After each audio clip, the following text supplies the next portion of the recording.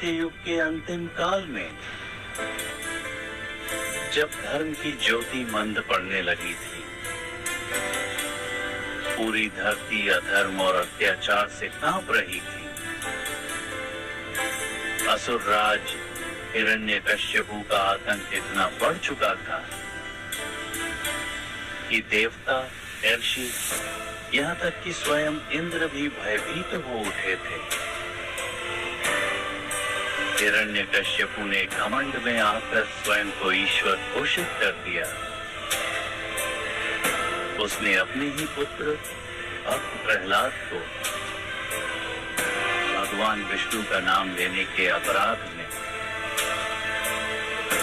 अनेक यातनाएं दी, लेकिन प्रहलाद का विश्वास अडिग रहा। हर सांस में बस एक ही नाम था, नारायण। जब अधर्म अपनी चरम सीमा पर पहुंच गया, जब अन्याय सहन करने योग्य नहीं रहा, तब भगवान विष्णु ने धारण किया एक अद्भुत, अद्वितीय और भयानक रूप। न वे पूर्ण मानव थे, न पूर्ण पशु।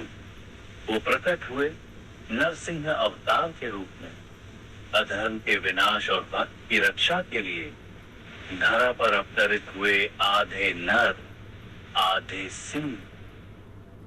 आज हम सुनेंगे उसी अद्भुत कथा को जिसने सिद्ध कर दिया कि भक्त की पुकार पर भगवान सदैव उतरते हैं और अधर्म का अंत निश्चित है।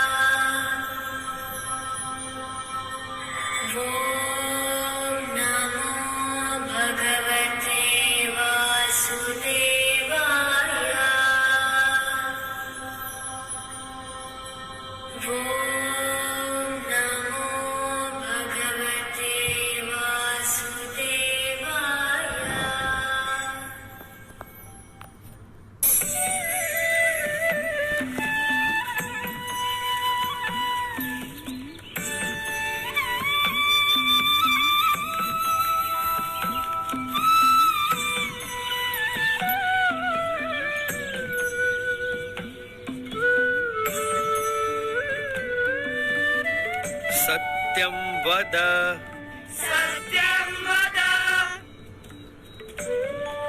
धर्मं चर,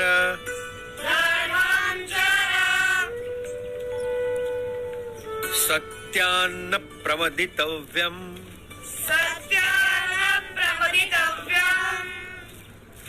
धर्मान्न प्रमदितव्यम्,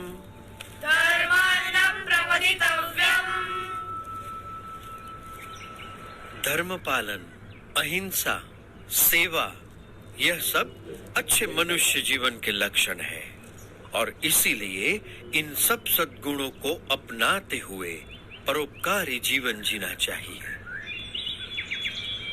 उसी में मनुष्य जीवन की सार्थकता है।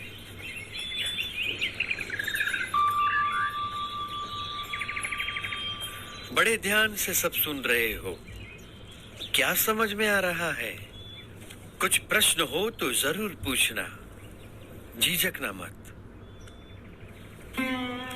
निस्वार्थ सेवा भावना और सदाचार में कोई बुराई नहीं है, पर केवल सत्वगुणी प्रवृत्तियों से ही जिया गया जीवन परम कल्याण के लिए पर्याप्त है।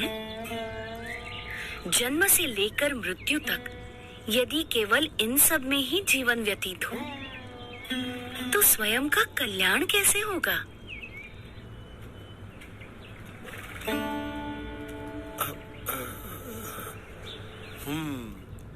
बड़े गुणी लगते हो, विद्याभ्यासी भी लगते हो और तर्क भी बहुत अच्छी तरह से प्रस्तुत कर लेते हो।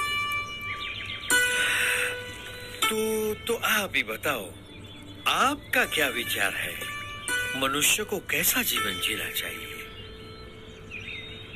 ऐसा जीवन जो उस उच्चतम विद्या को पाने के लिए जिया गया हो, जिसे जानने के बाद और कुछ भी जानना बाकी न रह जाए।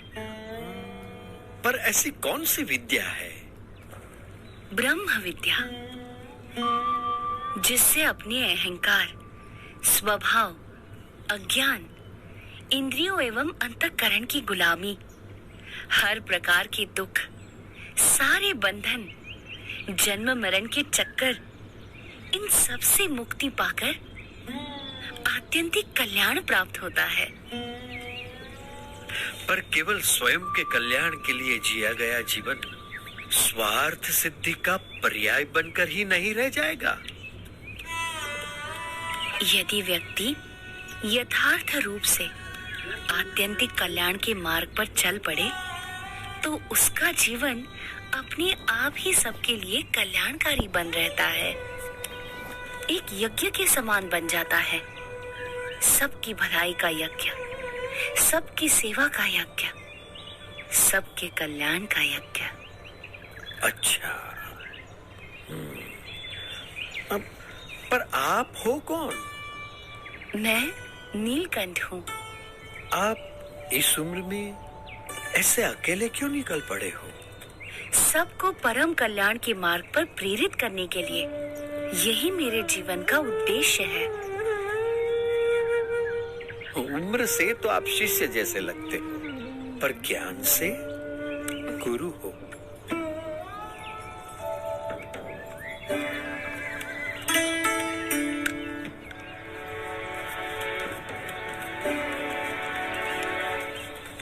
प्रणाम।